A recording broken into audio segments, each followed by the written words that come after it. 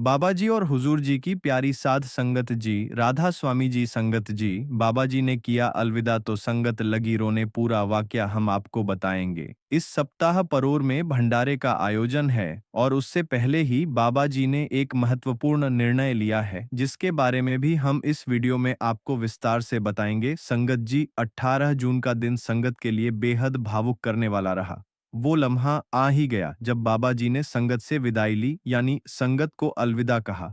उस समय हर किसी की आंखें नम थीं और अपने जज्बात पर काबू पाना मुश्किल हो रहा था। पूरे 8 दिन के अंतराल के बाद कल बाबा जी और हुजूर जी व्यास लौट आए हैं। परौर और जाने वाली संगत के लिए कल एक बेहद अहम घोषणा भी की गई है। वह भी हम आपको बताएंगे और इस महीने के आखिरी हफ्ते में डेरे में होने वाले भंडारे पर भी हम कुछ खास आपको बताएंगे। कल लंबे अंतराल के बाद विदेश से जब बाबा जी डेरा लौटे तो इतनी बड़ी संख्या में संगत जुट चुकी थी कि डेरा परिसर मानो भंडारे का दृश्य प्रस्तुत कर रहा था। बात कल सुबह की है, जब बाबा जी और हुजूर जी सिंगापुर से भारत के लिए रवाना हो रहे थे। रवाना होते समय बाबा जी ने वहां सिंगापुर में मौजूद सारी संगत को राधा स्वामी कहकर विदा ली। बाबा जी को अलविदा लेते देख वहां मौजूद संगत की आंखें छलक पड़ीं। सिंगापुर में रहने वाली संगत को बाबा जी के दर्शन बार बार नहीं मिल पाते, इसलिए यह विदाई का पल उनके लिए बेहद भावनात्मक हो गया। इस बार का सिंगापुर कार्यक्रम और भी खास था, क्योंकि यह हुजूर जी का वहां पहला सत्संग कार्यक्रम था। बाबा जी की मोहब्बत ही कुछ ऐसी है कि जब वे विदा लेते हैं तो हमारा दिल भर आता है और आंखें बरस पड़ती हैं। संगत की इन भावनाओं के बीच बाबा जी ने सिंगापुर को अलविदा कहा और डेरा ब्यास की ओर प्रस्थान किया। करीब दोपहर 2 बजे बाबा जी और हुजूर जी ब्यास पहुंचे। जून की दोपहरी थी और तपती गर्मी अपने चरम पर थी। तेज धूप से हर कोई बचना चाहता था, लेकिन डेरा परिसर में संगत का जो दृश्य था वह अद्भुत था। संगत और सेवादार सब धूप छांव की परवाह किए बिना सिर्फ बाबा जी की एक झलक पाने को गर्मी में ही डेरे में जगह जगह पर बैठे थे। सुबह 11 बजे से ही संगत अपनी जगह संभाल कर बैठ गई थी। कोई पेड़ की छांव में था तो कोई खुले आसमान के नीचे तेज धूप में बैठा था। सबकी निगाहें बस बाबा जी की राह तक रही थीं। हर कोई पानी की बोतलें साथ लिए इंतजार में था। जैसे ही बाबा जी का जहाज नजर आया, संगत की खुशी का ठिकाना ना रहा। बाबा जी और हुजूर जी के डेरा एयरपोर्ट पहुंचते ही उनकी कार कोठी की ओर बढ़ी। बाबा जी कार की अगली सीट पर विराजमान थे और दोनों हाथ जोड़कर संगत को राधा स्वामी कह रहे थे। उनके चेहरे पर वही सजीव प्रेम से भरी मुस्कान थी। पीछे की सीट पर हुजूर जी थे, वे भी प्रेम भरी दृष्टि से संगत को निहार रहे थे। हमेशा की तरह बाबा जी के राधा स्वामी कहने के बाद हुजूर जी ने दोहराया, नहीं, ताकि संगत का ध्यान बाबा जी पर ही केंद्रित रहे। बाबा जी ने ड्राइवर साहब को कार बिल्कुल धीमे चलाने को कहा। बाबा जी की कोठी तक का सफर बहुत धीरे धीरे तय हुआ, ताकि संगत को भरपूर दर्शन हो सके। हर किसी का चेहरा बाबा जी के दर्शनों से तृप्त दिख रहा था और सबकी आंखें नम थीं। बच्चे भी अपने माता पिता के साथ धूप की परवाह किए बिना डेरा परिसर में जमे हुए थे। सभी को सिर्फ एक आस थी और वह थी बाबा जी के दर्शन। अब बाबा जी ब्यास लौट चुके हैं और आगे का कार्यक्रम आप सभी जानते ही हैं। इस सप्ताह के अंत में परौर में सत्संग प्रस्तावित है। लेकिन संगत जी, अब जो महत्वपूर्ण खबर है वह यह कि बाबा जी ने पर ना जाने का फैसला लिया है। हमने कल वाले वीडियो में भी बताया था कि बाबा जी पर और नहीं जा रहे। बाबा जी किसी और स्थान की ओर रवाना होंगे और फिलहाल उस स्थान का नाम बताना उचित नहीं, क्योंकि यह निजता का विषय है। हाँ हुजूर जी, पर और जरूर जाएंगे, क्योंकि सदगुरु के बिना भंडारा कैसे संभव होगा। भंडारे पर बाबा जी पर और आएंगे या नहीं, यह उनकी मौज पर निर्भर है। वे आ भी सकते हैं और ना भी आए, यह पूरी तरह उनकी इच्छा पर है। लेकिन फिलहाल बाबा जी कहीं और जा रहे हैं, जो यहाँ हम नहीं बता सकते। अब उस संगत के लिए कुछ खास घोषणा और हिदायत जो परौर जा रही है, कृपया ध्यानपूर्वक सुने। जो संगत जम्मू, अमृतसर या आसपास के क्षेत्रों से परोर की ओर जा रही है, उनके लिए खास व्यवस्थाएं की गई हैं। अगर आप पठानकोट से होते हुए कांगड़ा की ओर बढ़ते हैं, तो आपको जसूर के रास्ते गुजरना पड़ेगा। इस मार्ग पर आपके लिए दो मुख्य स्थलों पर भोजन और विश्राम की पूरी सुविधा उपलब्ध कराई गई है। पहला नूरपुर और दूसरा डरमन डरमन सेंटर पर और क्षेत्र में आता है, जबकि नूरपुर सेंटर नूरपुर क्षेत्र में है। इन दोनों ही जगहों पर 24 घंटे आपके लिए भोजन और पानी की सुविधा रहेगी। चाहे आप रात के किसी भी समय वहां पहुंचे, आपकी सेवा में कोई कमी नहीं रहेगी। नूरपुर सेंटर की जिम्मेदारी अमृतसर सेंटर वालों ने संभाली है और डरमन सेंटर की व्यवस्था गुरदासपुर सेंटर वालों ने की है। संगत को किसी भी प्रकार की चिंता करने की जरूरत नहीं है। अब जरा उन संगतों की बात करते हैं जो जालंधर, लुधियाना, होशियारपुर और मोगा की ओर से परोड़ की तरफ रवाना हो रही हैं। आपके लिए खास तौर पर देहरा गोपीपुर में एक सेंटर तैयार किया गया है, जहां आप भोजन ग्रहण कर सकते हैं और जरूरत होने पर आराम भी कर सकते हैं। इसी मार्ग पर चिंतपूर्ण से करीब 10 किलोमीटर आगे ढलियारा में दूसरा सेंटर बनाया गया है। यहाँ भी आपके खाने पीने और विश्राम की पूरी व्यवस्था है। ढलियारा सेंटर की जिम्मेदारी जालंधर गुराया की संगत ने संभाली है, जबकि देहरा गोपीपुर सेंटर का प्रबंध होशियारपुर संगत ने किया है। अब जो संगत हमीरपुर और भोटा की दिशा से आ रही है, उनके लिए चबूतरा में सेंटर बनाया गया है। ये सेंटर हमीरपुर क्षेत्र में आता है और यहाँ भी भोजन, पानी और आराम की पूरी सुविधा मौजूद है। संगत चाहे तो यहाँ रुककर लंगर और विश्राम कर सकती है। आइए अब बात करें उन संगतों की जो चंडीगढ़, दिल्ली और अंबाला की तरफ से परोर पहुंच रही हैं। यह संगत चंडीगढ़, नंगल और ऊना होते हुए परड़ आती है। इस रास्ते पर मुख्य सड़क पर ही एक सेंटर पर खाने पीने की व्यवस्था की गई है, ताकि सभी संगत को लाभ मिल सके। इस सेंटर की जानकारी आप अपने सेंटर से ले सकते हैं। एक हिदायत आई है जो हम आपको सुना देते हैं। सेवा जत्थों को सूचित किया जाता है कि खुले वाहनों या माल ढोने वाले वाहनों में पर और की यात्रा न करें। यह हिदायत संगत और सेवादारों की सुरक्षा को देखते हुए जारी की गई है। और अगर आप परौर के आसपास से आ रहे हैं तो भी खुले वाहनों से मत आ। पर एक पहाड़ी इलाका है और खुले वाहनों या माल ढोने वाले वाहनों से यात्रा करने पर बड़ा खतरा बना रहता है। संगत जी, एक महत्वपूर्ण विनती है, कृपया मौसम का विशेष ख्याल रखें। परौर का मौसम कभी भी करवट बदल सकता है। दिन में गर्मी होती है लेकिन रात को ठंडक महसूस हो सकती है। इसलिए आपसे अनुरोध है कि एक कंबल जरूर साथ रखें और बच्चों के लिए कपड़े, मोजे और टोपी भी पैक करें, ताकि बच्चों को किसी तरह की दिक्कत ना हो। पर और का सत्संग इस हफ्ते आखिर में आयोजित होगा। संगत जी पूरी खुशी और श्रद्धा से वहां पहुंच सकती है। इसके बाद भोटा में भी कार्यक्रम हो सकता है, मगर यह पूरी तरह हुजूर जी या बाबा जी की मौज पर निर्भर करता है और इसका निर्णय समय आने पर ही संगत को बताया जाएगा। इसके बाद अगले सप्ताह व्यास में सत्संग का विशेष आयोजन होगा। बहुत सारी संगत शायद नहीं जानती होगी, लेकिन यह भंडारा हर साल महाराज जी की बरसी पर होता है और संगत भारी संख्या में इसमें शरीक होती है।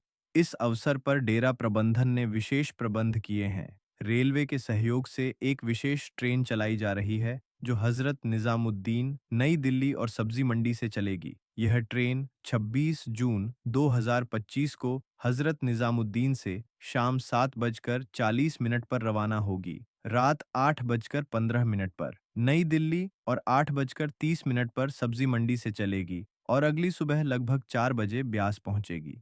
संगत से निवेदन है कि इस सुविधा का लाभ उठाएं और यात्रा के दौरान दिए गए दिशा निर्देशों का पालन करें, ताकि आपकी यात्रा सुखद और सहज बनी रहे। जो संगत इस यात्रा में शामिल होना चाहती है, वे अपने नज़दीकी सत्संग घरों से संपर्क कर टिकट बुक करा सकते हैं। अगर आप ऑनलाइन टिकट बुकिंग की जानकारी चाहते हैं, तो कृपया अपने स्तर पर पुष्टि कर लें। वापसी में यह विशेष ट्रेन ब्यास स्टेशन से 29 की रात करीब 12 बजे चलेगी और सुबह 4 बजे हजरत निजामुद्दीन पहुंचेगी। नई दिल्ली स्टेशन पर ट्रेन का अनुमानित समय 4:15 बजे का होगा। संगत जी चाहे तो इस सेवा का पूरा लाभ ले सकती हैं। जून के महीने में व्यास का सत्संग हर साल एक अनूठा दृश्य होता है। तपती गर्मी के बावजूद संगत का उत्साह देखते ही बनता है। डेरा परिसर इतना भर जाता है कि पैर रखने की भी जगह नहीं बचती।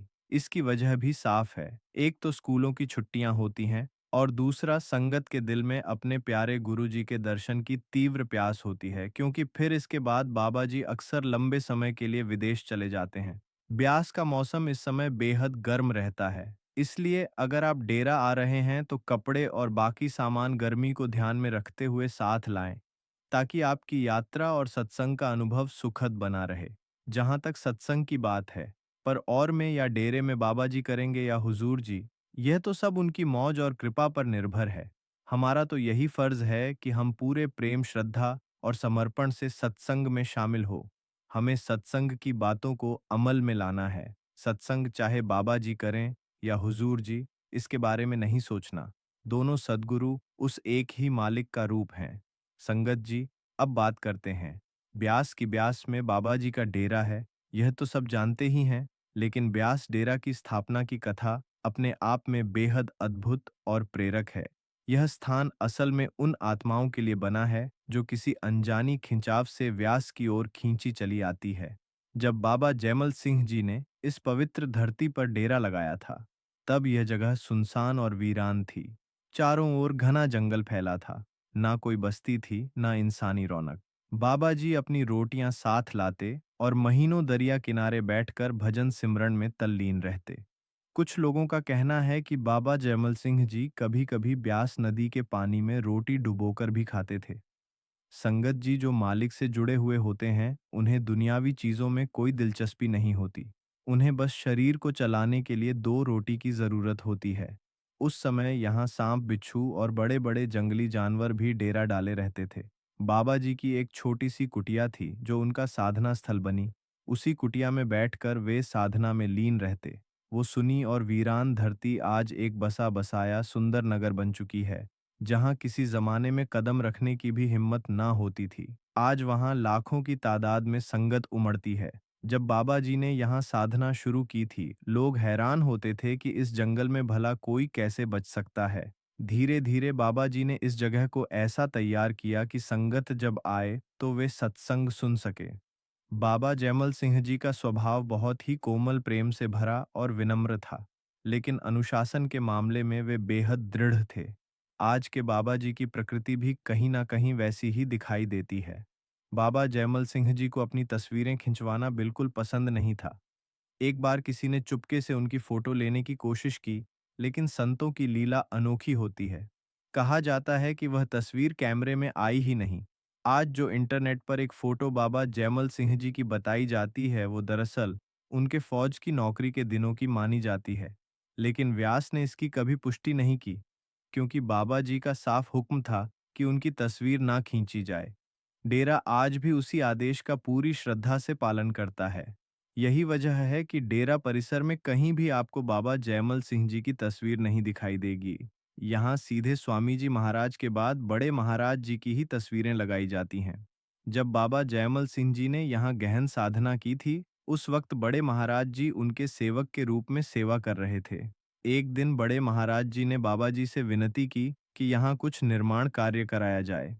बाबा जी ने बड़े प्रेम से कहा, अगर तुम्हें बनाना है तो फिर इसकी जिम्मेदारी भी पूरी तरह तुम्हारी ही होगी। बाबा जी ने उस समय एक संकेत भी किया था, लेकिन बड़े महाराज जी उस समय उसका पूरा अर्थ नहीं समझ पाए, क्योंकि वे उस समय केवल एक सेवक की भूमिका में थे। असल में संतों की बातें और उनके रहस्य केवल संत ही जान सकते हैं। हम जैसे साधारण लोग उनकी गहराई को तुरंत नहीं समझ पाते। बड़े महाराज जी भी उस समय वह इशारा पूरी तरह नहीं समझ सके, लेकिन जब समय आया और बाबा जयमल सिंह जी ने देखा कि अब उनका शरीर छोड़ने का समय निकट है, तब उन्होंने बड़े महाराज जी से साफ साफ कह दिया, यह स्थान अब तुम्हें संभालना होगा। अब संत मत का प्रचार प्रसार तुम्हारे ही हाथों से होगा। यह सुनकर बड़े महाराज जी ने बड़े ही सरल भाव से कहा, बाबा जी, मैं तो एक साधारण आदमी हूँ, नौकरी से रिटायर हो चुका हूँ। मेरी तो बस थोड़ी सी पेंशन है, मेरे लिए गुजारा करना भी मुश्किल होगा। बाबा जी ने उनकी बात सुनकर अपनी आंखें बंद कर ली और अपने भीतर स्वामी जी महाराज से प्रार्थना करने लगे। असल में वही बाबा जी, वही स्वामी जी और वही हुजूर जी, सब एक ही ज्योति स्वरूप हैं। बाबा जी की प्रार्थना पर स्वामी जी का स्वरूप प्रकट हुआ और स्वामी जी बोले, चिंता मत करो, संगत खुद आएगी, सेवा खुद करेगी, पकाएगी और खाएगी।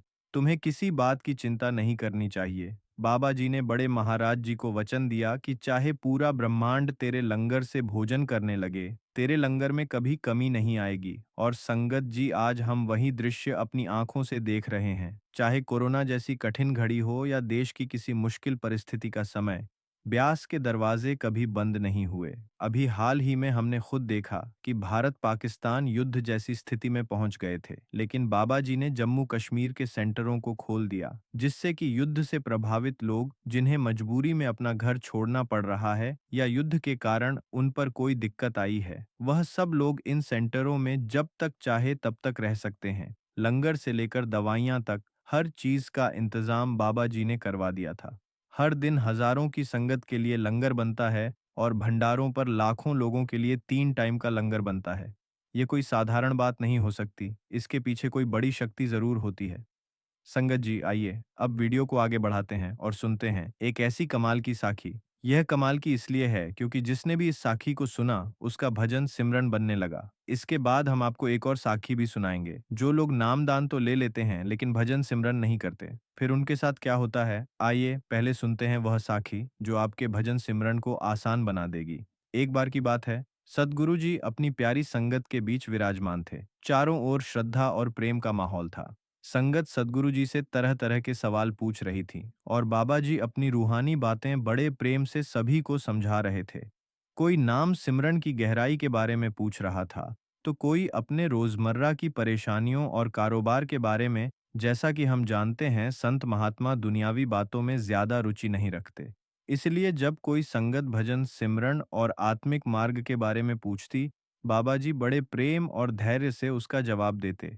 उन्हीं में से एक सत्संगी भाई ने हाथ जोड़कर बाबा जी से पूछा, बाबा जी, मैं भजन सिमरन में ध्यान लगाने की बहुत कोशिश करता हूँ, पर मेरा मन हमेशा भटक जाता है। मेरा ध्यान दुनियावी बातों और परेशानियों में उलझा रहता है। ऊपर से कुछ शारीरिक तकलीफें भी हैं, जिस वजह से और ज्यादा मुश्किल होती है। जब भी सिमरन पर बैठता हूँ, मन बेचैन हो जाता है। बाहरी दुनिया के ख्याल मुझे सताने लगते हैं। शरीर तो सिमरन की मुद्रा में बैठा होता है, लेकिन मन इधर उधर दौड़ता रहता है। मैं बहुत दुखी हूँ बाबा जी, कृपया मेरी शंका का समाधान करें। सदगुरु जी ने उस भाई की बात बड़े ध्यान और स्नेह से सुनी, फिर बड़े सहज और प्रेम से बोले, बेटा, नाम सिमरन तो हमें हर हाल में करना ही है। चाहे जैसी भी परिस्थिति हो, हमें हर दिन इसका समय जरूर निकालना चाहिए। सबसे पहले तुम एक तय समय बना लो कि रोज इस समय भजन सिमरन पर बैठना है। जैसे जैसे तुम रोज उस निश्चित समय पर बैठोगे, तुम्हारा मन भी इसकी आदत डाल लेगा। शुरू में मुश्किल जरूर लगेगी, लेकिन धीरे धीरे मन सिमरन में लगने लगेगा। जब भी सिमरन पर बैठो, उस समय दुनिया की हर बात से खुद को अलग कर लो। मन को यह समझा दो कि अब यह समय सिर्फ मालिक की याद का है। बाहरी दुनिया की कोई भी चिंता उस समय मन में ना आने दो। पहले थोड़ी परेशानी होगी, मन भागेगा, लेकिन जैसे जैसे तुम अभ्यास करोगे, मन को इसकी आदत हो जाएगी। एक दिन ऐसा आएगा कि जब सिमरन का समय होगा, तुम्हारा अपना मन ही तुम्हें भीतर से पुकारेगा कि चलो, मालिक की याद का समय हो गया है। बाबा जी ने आगे कहा, बेटा, दुनिया की बातें रिश्ते ना थे, धन दौलत शरीर और इसकी बीमारियां, यह सब तो तब तक साथ हैं जब तक सांसें चल रही हैं। लेकिन जब यह शरीर छूट जाएगा तो इनमें से कुछ भी साथ नहीं जाएगा। साथ अगर कुछ जाएगा तो वह है नाम की कमाई। दिन रात में जितना समय तुम भजन सिमरन में लगाओगे, वही आगे तुम्हारे काम आएगा। इसीलिए जितना हो सके इस नाम की कमाई को संजो लो। जिस दिन तुम्हारा मन इस सच्चाई को समझ गया, उसी दिन से सिमरन के समय तुम्हें दुनिया की बातें या बीमारी की यादें परेशान नहीं करेंगी संगत जी। यह सीख सिर्फ उस सत्संगी भाई के लिए नहीं बल्कि हमारे सबके लिए भी है। और जो नाम दान ले लेते हैं, सत्संग भी बहुत सुनते हैं, लेकिन फिर भी भजन सिमरन नहीं करते, वह अगली बात को सुनकर भजन सिमरन करने लगेंगे। एक बार की बात है, एक सच्चा सत्संगी सेवादार था जो सद्गुरु से बेहद प्रेम करता था। उसका जीवन सेवा को समर्पित था। जब भी डेरा में कोई सेवा सेवा का हुक्म होता, वह सबसे पहले हाजिर होता। चाहे कितनी भी मेहनत वाली सेवा हो, वह हमेशा आगे रहता। मगर उसके जीवन में एक कमी थी, भजन बंदगी का अभ्यास बहुत कम था। बड़े महाराज जी ने कई बार प्यार से उसे समझाया, भाई, सेवा तो तू खूब कर रहा है, पर नाम की कमाई भी जरूरी है। थोड़ा समय भजन सिमरन में भी लगा लिया कर। हर बार वह सेवादार बड़े ही विनम्रता से हाथ जोड़कर कहता, हुजूर जी, मैं तो बहुत कोशिश करता हूँ, मगर मुझसे भजन बंदगी होती ही नहीं। अब तो आप ही दया करें, आप ही कृपा करके मुझसे भजन करवा दें। इस पर हुजूर जी उसको समझाते कि मैं इसमें तेरी कोई मदद नहीं कर सकता। यह एक ऐसा काम है जो रूह को खुद करना होता है। गुरु का काम होता है नाम दान देना और सही रास्ते को दिखाना। रास्ते पर चलना खुद को ही होता है। संगत जी, यूं ही समय बीतता गया। हुजूर जी बार बार उसे प्रेम से समझाते रहे कि अब समय नजदीक आ गया है, अब तो तू भजन सिमरन की कमाई कर ले। लेकिन उसका ध्यान सेवा में ही लगा रहा। उसने अपने अंतिम समय तक तन मन से खूब सेवा की। फिर वह घड़ी भी आ गई जब उसका संसार छोड़ने का समय आ पहुंचा। उसके प्राण छोड़ते वक्त बहुत तकलीफ होने लगी। उसकी हालत देख एक दूसरा सेवादार दौड़ता हुआ सदगुरु के पास गया और हाथ जोड़कर फरियाद करने लगा। सच्चे बादशाह, आपका सेवक बहुत पीड़ा में है, आप उस पर कृपा करें। सदगुरु जी ने कहा, उसे कहो भजन सिमरन करें। मालिक का नाम ले। वो सेवादार दौड़कर गया और कहा, बाबा जी का हुक्म है कि भजन करो, सिमरन करो। उस समय पीड़ित सेवादार बोला, तुम फिर से जाओ और किसी भी तरह हुजूर जी को यहाँ आने की विनती करो और उन्हें लेकर आओ। अब तो सिर्फ वही मेरे दुख को दूर कर सकते हैं। मुझे बहुत पीड़ा हो रही है। सेवादार फिर हुजूर जी के पास गया और विनती की, हुजूर जी, अब वह और सहन नहीं कर पा रहा, केवल आपको ही पुकार रहा है। हुजूर जी ने गहरी दृष्टि से उस सेवादार को कहा, अब मैं क्या करूं? जब मैंने बार बार उसे समझाया कि भजन सिमरन कर ले, तब उसने मेरी बात नहीं मानी। जब प्राण निकलने का समय आता है, आत्मा दोनों पैरों से सिमटती हुई आंखों में आती है। उस समय जिन लोगों ने भजन सिमरन का अभ्यास नहीं किया होता, उन्हें बहुत कष्ट होता है। उनकी पीड़ा इतनी होती है कि सहन करना मुश्किल हो जाता है। लेकिन जिन्होंने जीवन में नाम की कमाई की होती है, रोज मरने का अभ्यास किया होता है, फिर ऐसी रूहों के प्राण तो क्षण भर में निकल जाते हैं। उन्हें जरा भी दर्द नहीं होता, क्योंकि आत्मा को यह अभ्यास हो चुका होता है। हुजूर जी ने आगे कहा, देखो, मैंने तो उसे पहले ही कहा था कि नाम की कमाई कर ले, ताकि अंतिम समय में कोई पीड़ा ना हो। फिर भी मालिक का वादा है, और जो जिम्मेदारी सदगुरु ने ली है वह पूरी निभाई जाएगी। मैंने वचन दिया है कि अपने शिष्यों को सचखंड तक लेकर जाऊंगा, लेकिन गुरु बार बार इसलिए कहते हैं कि नाम सिमरन करो, ताकि उस अंतिम घड़ी में तुम्हें तकलीफ ना हो। फिर हुजूर जी उसके पास गए। जैसे ही हुजूर जी ने प्रेम से उसका सिर सहलाया, उसी क्षण उसके प्राण निकल गए। संगत जी, ऐसे होते हैं सद्गुरु जो अपनी अपार दया और कृपा से हमें संभालते हैं। हम चाहे कितने भी नालायक क्यों ना हो, लेकिन हमारे बाप सामान्य गुरु फिर भी हमें संभाल लेते हैं। बेशक उस सेवादार ने भजन सिमरन की कमाई नहीं की थी, लेकिन उसने पूरी निष्ठा और सच्चे दिल से गुरु घर की सेवा की थी। सद्गुरु कहते हैं, अगर कोई सच्चे दिल से गुरु घर का एक पत्ता भी उठा लेता है, तो मैं उसे सचखंड लेकर जाऊंगा। प्यारी संगत जी, सोचिए, बाबा जी की हम पर कितनी अपार रहमत है। अब हमारे पास क्या कमी है? कमी तो हमारे अंदर है ना। हम भजन सिमरन के लिए समय निकालते हैं, न सेवा के लिए। और अगर हमने ना सेवा की, ना नाम की कमाई की, तो हमारा हाल क्या होगा, ये हमें खुद सोचना चाहिए। संगत जी, अगर आज के वीडियो में बताई जानकारी और साखियां आपको अच्छी लगी, तो इस वीडियो को लाइक करें और ज्यादा से ज्यादा संगत तक पहुंचाएं। कमेंट में राधा स्वामी जरूर लिखें और हमारे रूहानियत का शब्द चैनल को सब्सक्राइब करना मत भूलें। और साध संगत जी, बाबा जी के सवाल जवाब और सत्संग भी हम आप तक पहुंचाने की कोशिश करेंगे। राधा स्वामी।